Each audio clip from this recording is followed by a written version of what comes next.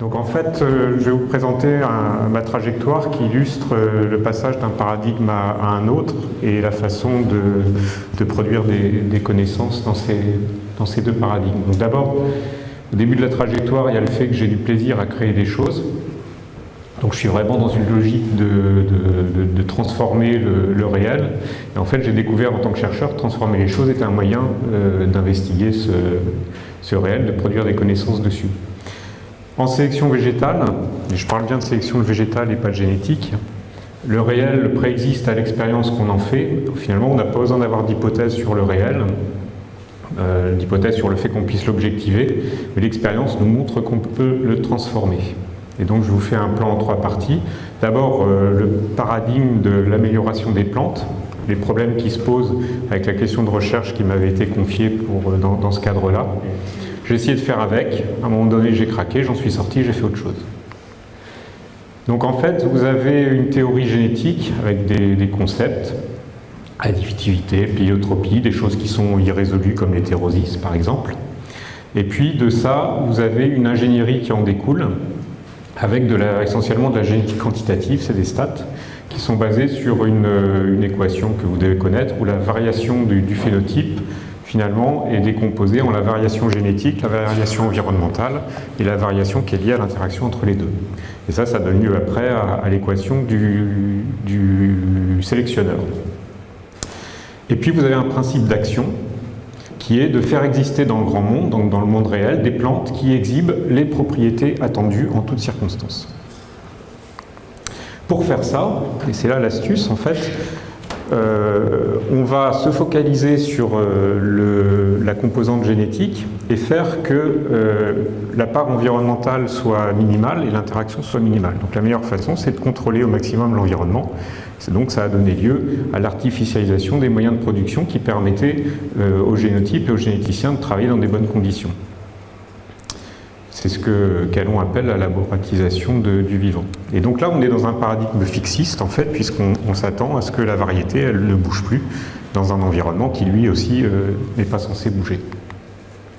Sur les connaissances, donc, en fait, il y a très peu de retour entre cette ingénierie et la théorie génétique. Elle est là, cette théorie génétique, elle travaille dans son coin sur des modèles...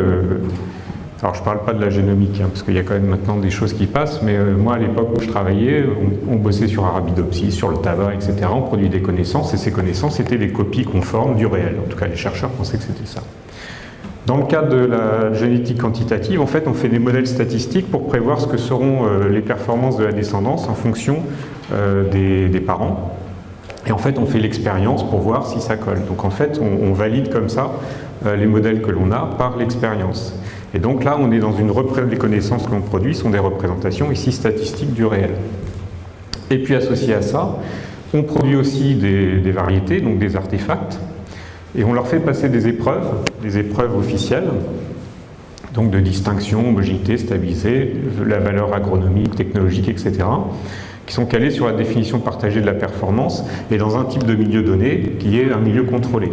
Donc là, on est sur une validité externe, on étend le domaine de validité de ce qu'on a produit en disant, voilà, cette variété tartempion, elle est inscrite et les agriculteurs vont pouvoir l'utiliser.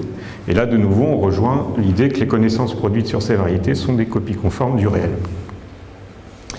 Voilà, donc moi, j'arrive là-dedans, on me dit qu'il faut faire exister dans le grand monde des plantes qui exhibent les propriétés attendues. Alors c'est cool pour ceux qui bossent avec des clones, des lignées, des hybrides, des OGM, parce que tout ça, ça se contrôle assez bien. Et moi, on me flanque des espèces fourragères, dans lesquelles on a des populations qui sont très hétérogènes, à fécondation croisée, sur lesquelles on dit on ne fera pas des hybrides parce qu'économiquement ça ne tient pas la route.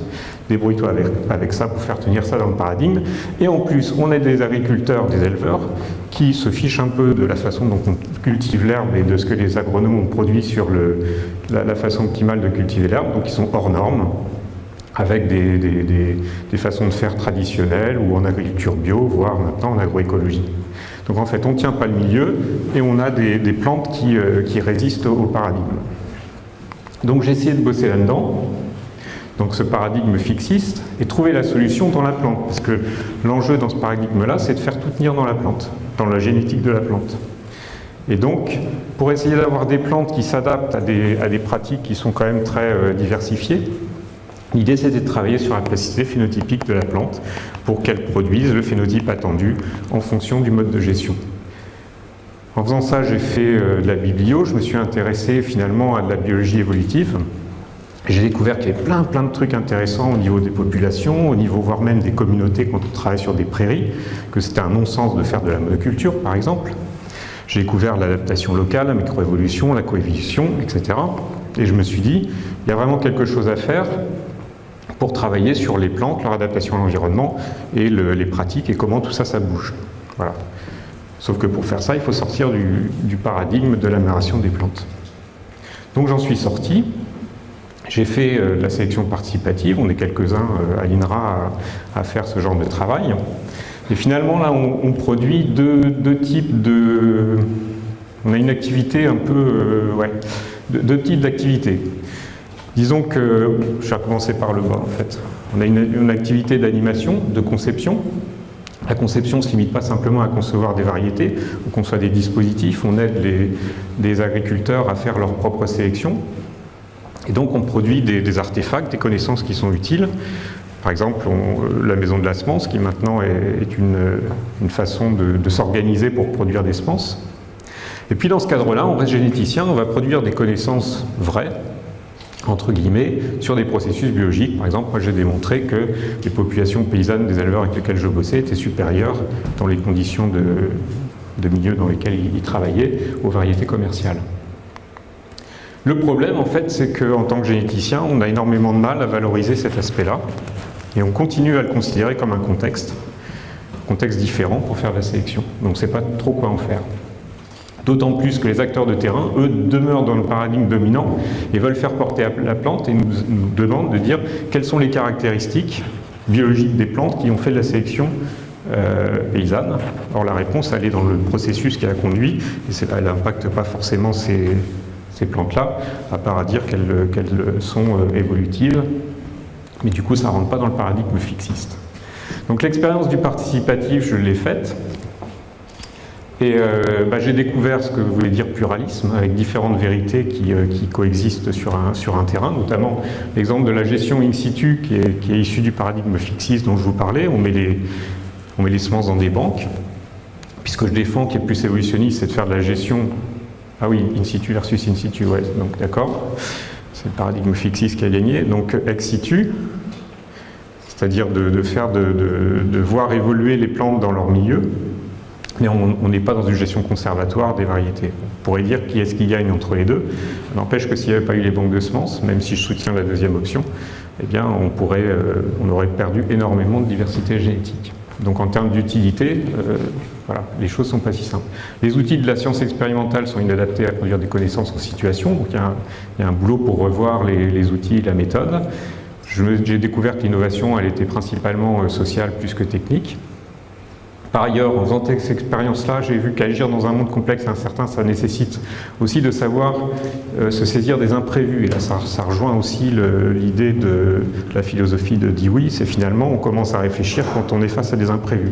Et moi, face à ces imprévus, j'ai arrêté de réfléchir. Par exemple, les éleveurs, on voulait qu'ils s'organisent avec des banques de semences ou des choses comme ça. En fait, ils n'ont pas fait ça. Mais ce qui s'est passé, c'est qu'ils ont développé un réseau informel qui est bien plus important qu'avant qu'on ait commencé de bosser avec eux. Mais ce réseau informel, on a considéré que c'était un échec, qu'on n'avait pas réussi à l'organiser tel qu'on l'avait imaginé. Donc on ne l'a pas étudié. Ça, c'était mes fonds de généticien où tout doit être carré. Donc on ne s'est pas saisi de ça. Pareil, des acteurs de terrain, à un moment donné, vous sortent des trucs surprenants. Et donc on passe à autre chose. On ne va pas fouiller certaines choses qui seraient certainement très intéressantes. J'ai fait une expérience pragmatique dans le sens aussi où il y a tout un aspect de cette expérience qui embarque plein de choses, et notamment le facteur psychologique. Il faut accepter le fait de ne pas avoir le pouvoir et la maîtrise, donc de placer le savoir scientifique, de ne pas placer le savoir scientifique au-dessus des autres. Et c'est difficile parce que les acteurs de terrain nous attendent là-dessus, en fait, nous posent dans cette posture et nous demandent des réponses, et on leur dit non, on vous accompagne, on ne va pas vous dire quoi faire. Donc on vous livre des interprétations et non pas un savoir valide d'experts. Et donc en fait, on est des fois disqualifié en tant que chercheur en adoptant ces postures-là. Et on accepte de quitter sa zone de confort pour explorer d'autres choses. Donc en conclusion, là je suis à un moment donné où je me dis finalement la sélection végétale, il faut vraiment l'aborder comme un problème de conception d'artefacts, mais d'artefacts évolutifs. Ce qui est un petit peu différent de la conception, quoique dans le domaine industriel. Et donc pour ça, mobiliser les sciences de l'artificiel ou les sciences de la conception avec une définition du design qui est de transformer l'existant en quelque chose de souhaité. Donc là, vraiment, créer des variétés, c'est ça. On prend des plantes et on essaye d'en faire quelque chose qui convient à l'usage des agriculteurs.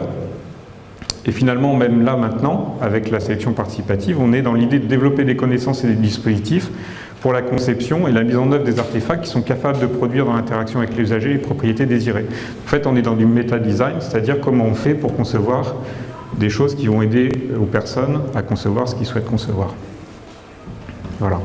Alors vous allez me dire, est-ce que tu es encore généticien là-dedans? Possiblement pas, mais je m'en tape.